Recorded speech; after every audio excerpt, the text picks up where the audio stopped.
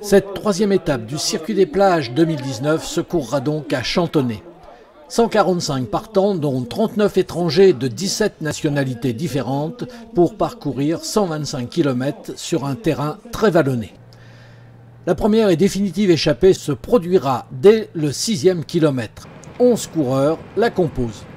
Owen James des Côtes d'Armor, Willy Artus de Sojason Espoir, Axel Mariot et Luc Tellier de Nantes U Atlantique, Thomas Champion du Vendée U, Tom Ardouin de l'Oudéac, Nicolas Prima de Cholet, Maxime Limousin des Sables d'Olonne, Baptiste Constantin d'Aubervilliers, Kylian Larpe de Cube U17 et Florian Rapito de Saint-Herblain qui sera lâché lui au 77e kilomètre.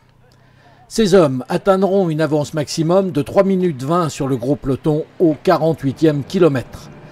À la mi-course, Aurélien Lelay des Côtes d'Armor, Joris Vincent du Nantes Atlantique, Steve Lampier de l'équipe britannique du Team Saint-Piran Elite Cycling, Maël Boivin de l'Oudéac et Joris Slagmulder de Saint-Quentin s'intercaleront et reviendront au mieux à 55 secondes des hommes de tête. La répétition des côtes du Fuiteau puis des Chênes pèseront sur les organismes. À l'avant, Thomas Champion finira par être lâché.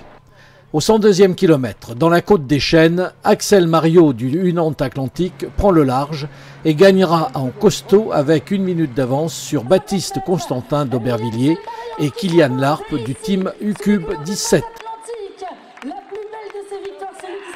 J'avais jamais gagné à ce niveau-là, j'avais gagné en première catégorie et je m'étais dit qu'il fallait que j'en gagne une en élite et gagner si tôt dans l'année c'est super. Allez, Sorba, j'étais bien la semaine dernière mais au point de gagner aujourd'hui, je pensais pas, toute l'équipe m'a fait confiance.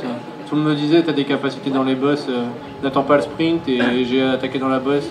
J'ai vu que j'ai creusé, j'y croyais pas quand j'ai vu que ça maintenait à 30 secondes. Je sais que ça peut revenir très vite et quand j'ai vu que ça montait, bah, j'ai dit c'est bon.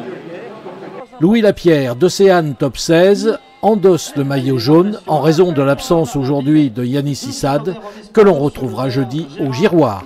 Après ça va être compliqué, hein. Il y a d'autres coureurs très très forts donc là j'ai pu profiter aussi de leur absence. Il manquait il manquait Yanis qui était en tête du classement donc j'ai pu profiter de ça pour prendre le maillot et j'espère garder l'avance mais ça va être compliqué. Ouais. Les U Nantes Atlantique remportent le classement par équipe. Tour de Vendée cycliste.